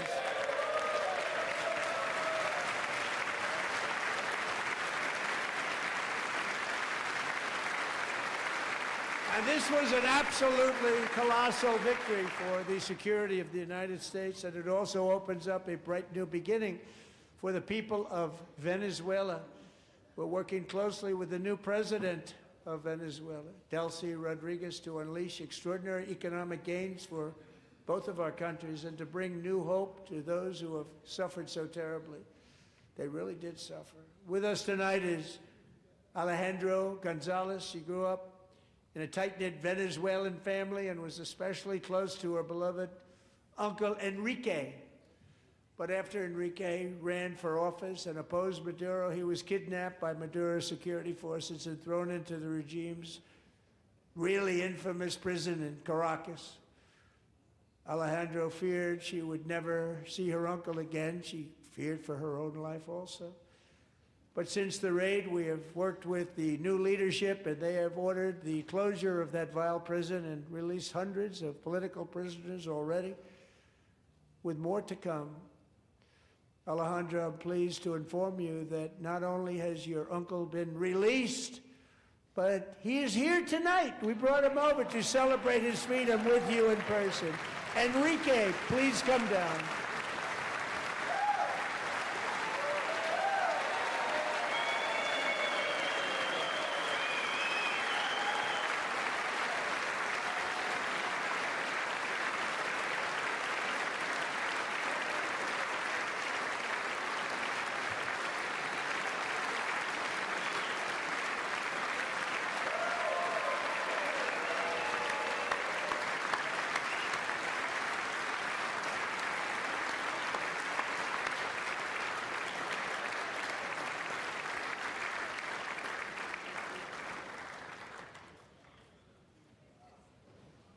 Thank you, Enrique. Have a good time.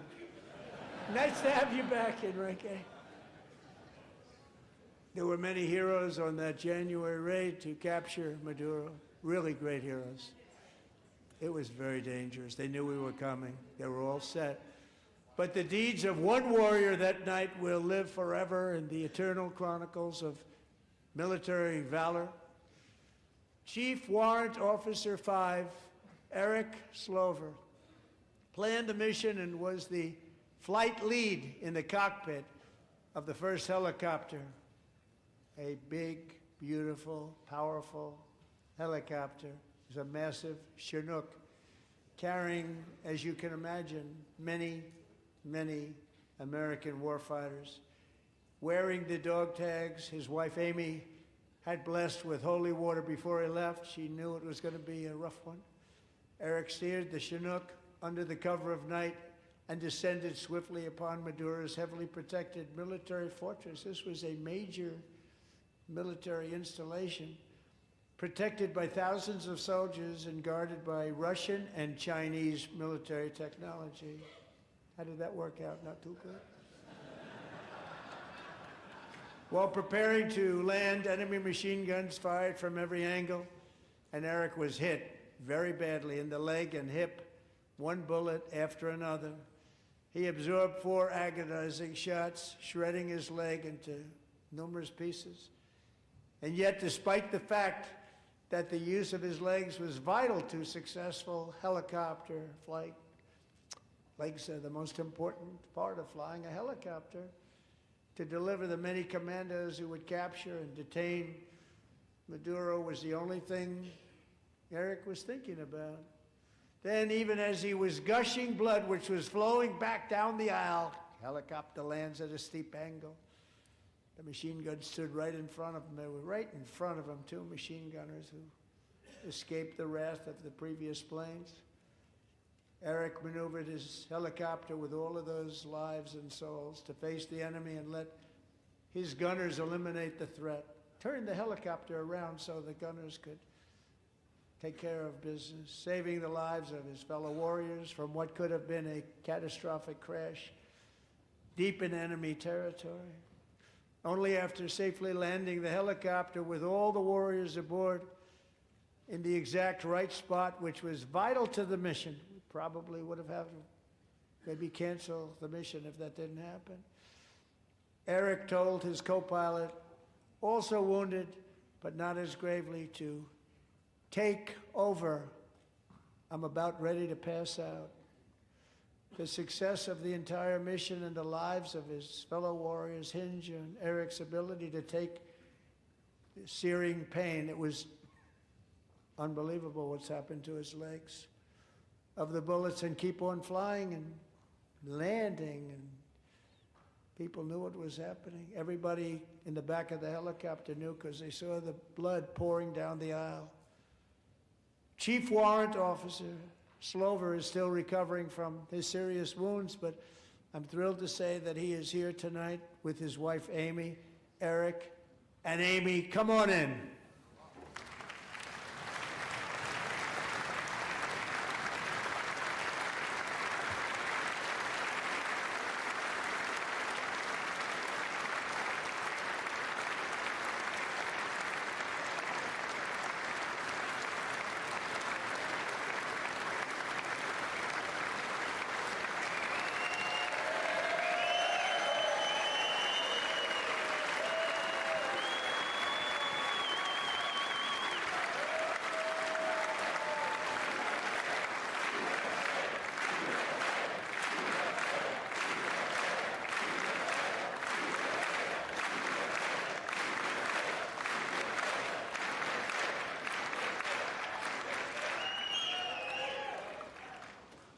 So we have a surprise for Eric and Amy.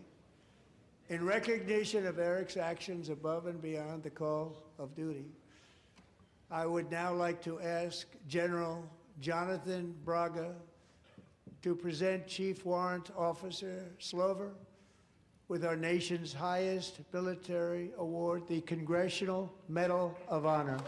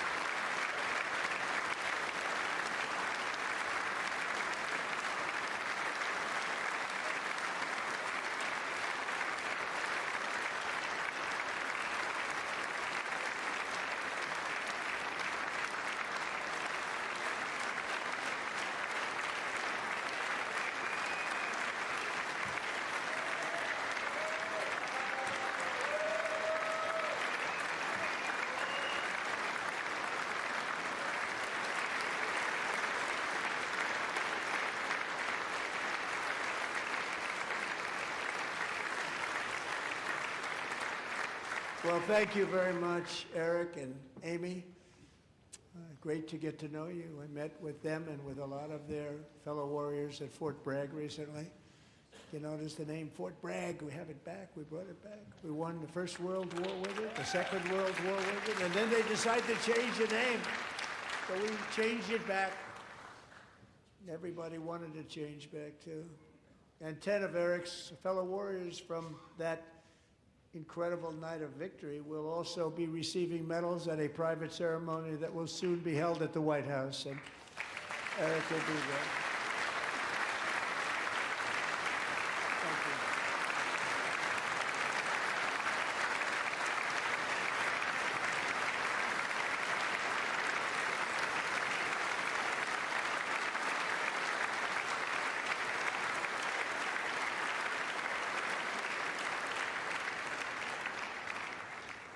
Thank you, Eric. That's a big one. Tonight we've celebrated many truly extraordinary American patriots, but there is one last living legend to honor before we go. He is one more heroic American aviator, Navy fighter pilot. Royce Williams served in World War II, Korea, Vietnam, flying more than 220 missions. In the skies over Korea in 1952, Royce was in the dogfight of a lifetime, legendary dogfight. Flying through blizzard conditions, his squadron was ambushed by 7 Soviet fighter planes. It was his first aerial combat of the war, and despite being massively outnumbered and outgunned, Royce led the takedown of 4 enemy jets and almost destroyed the others, vanquishing his adversaries while taking 263 bullets to his own plane and being seriously hurt. His story was secret for over 50 years. He didn't even want to tell his wife, but the legend grew and grew. But tonight, at 100 years old, this brave Navy captain is finally getting the recognition he deserves. He was a legend long before this evening.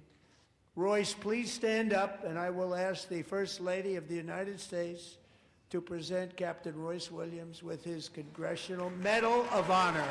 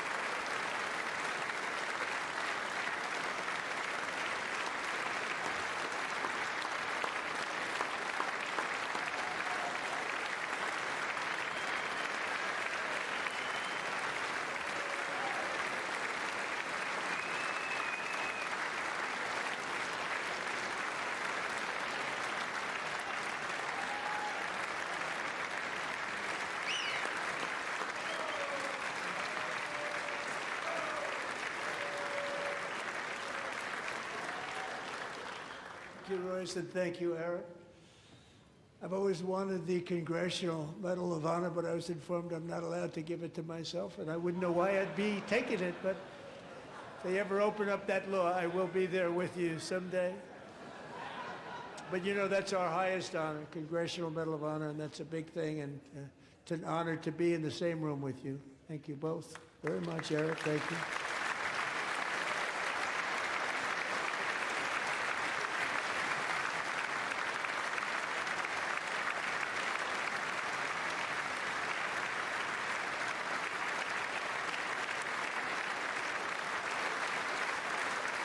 Thank you.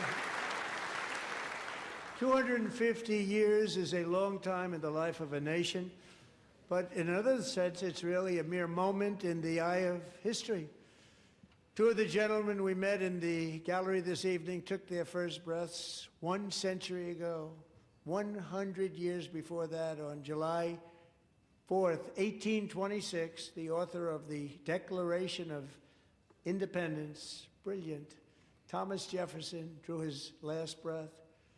Just a single long human lifespan separates the giants who declared and won our independence from the heroes who stand among us tonight.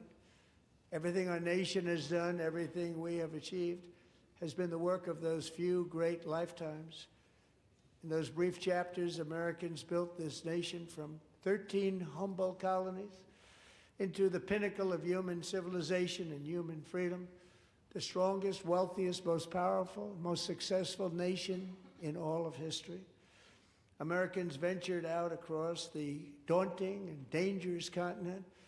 We carved paths through an unforgiving wilderness, settled a boundless frontier, and tamed the beautiful but very, very dangerous Wild West. From empty marshes and wide open plains, we raised up the world's greatest cities. Together, we mastered the world's mightiest industries and shattered history's monstrous tyrannies. And we liberated millions from the chains of fascism, communism, oppression, and terror. Americans lifted humanity into the skies on the wings of aluminum and steel. And then we launched mankind into the stars on rockets powered by sheer American will and unyielding American pride. We wired the globe with our ingenuity. We captivated the planet with American culture. And now we are pioneering the next great American breakthroughs that will change the entire world. All of this and so much more is the enduring legacy, unmatched glory of the hardworking patriots who built and defended this country and who still carry the hopes and freedoms on all of humanity's backs. For years they were forgotten, betrayed, and cast aside. But that great betrayal is over, and they will never be forgotten again. Because when the world needs courage, daring, vision, and inspiration, it is still turning to America. And when God needs a nation to work his miracles, he knows exactly who to ask.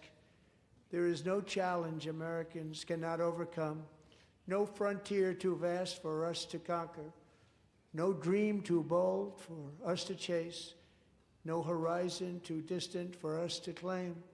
For our destiny is written by the hand of providence, and these first 250 years were just the beginning. From the rugged border towns of Texas to the heartland villages of Michigan, from the sun-kissed shores of Florida to the endless fields of the Dakotas, and from the historic streets of Philadelphia to right here in our nation's capital, Washington, D.C., the golden age of America is upon us. The revolution that began in 1776 has not ended. It still continues because the flame of liberty and independence still burns in the heart of every American patriot. And our future will be bigger, better, brighter, bolder, and more glorious than ever before. Thank you, God bless you, and God bless America.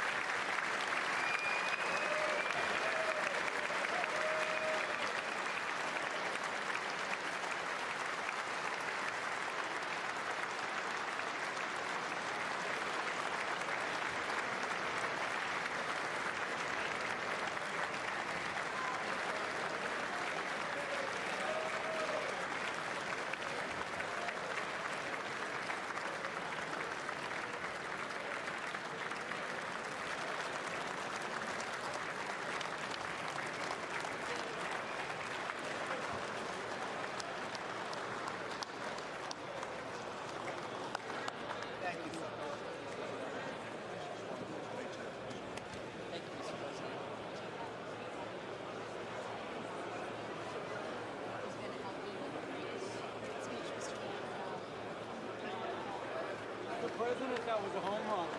Mr. President. Hey. Okay, you too. All right. You're the best.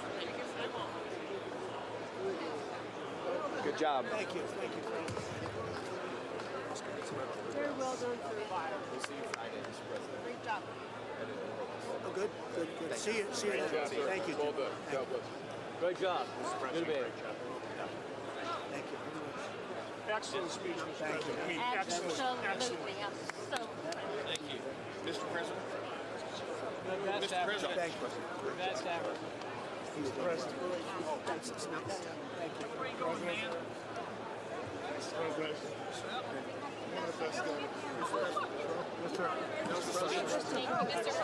One of the best. I'm so proud of yourself. Thank you for honoring those veterans. Luger. Good. I think you should take the rest of the day off. I think we have to. We're going to have to. Thank you. All right, guys. You killed it. Thank you, Virginia. Best speech with the president. It was amazing. It really was. Home run. Really a grand slam. Grand slam. America loves you. Thank you. It was amazing. America loves you. Oh, look at this guy. I like that tie. I want that tie. Give me that tie. Thank you. Take that. Put your kind of initial. Just an initial. Thank you, Bob. I like that tie. amazing. Thank you. Thank you, everybody. Mr. President, outstanding speech, sir. Mr. President. Here you will. He's getting them all. He's good. Thanks for mentioning He did good. They love the insider trading stuff. Great guy. How's he doing? He's a youngster. He fell asleep a couple times. You did amazing. You really did. Great speech. Proud of you. Great job, Mr. President. Thanks for your leadership. Mr. President, well done. God bless you. God bless you, sir. Thank you, fellas. No best speech yet. Fantastic. That's a big statement coming from you guys. Incredible. Great job. Great job. Yes, sir. Love the finish. Home run here. Great job. Great job. Thank you, everybody. Great job. Great speech. Thank you. Thank you, everybody. That was the best speech. Thank you very much. You just speech I've ever heard. Really, the best ever? That's a nice. Coming from you, that's a big statement. It's also the There he longest. is. Phenomenal. Great job on Loved it. television. Congratulations, Also the Mr. President. longest. Thank you. President. Thank you so much. Take care. Thank you very much. Still need to talk to you. Congratulations, Mr. President. Thank you. Mr. President. Hold it. It's grateful. Grateful.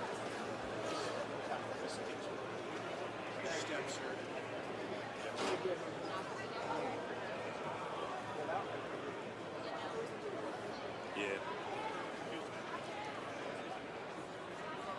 Can we go out?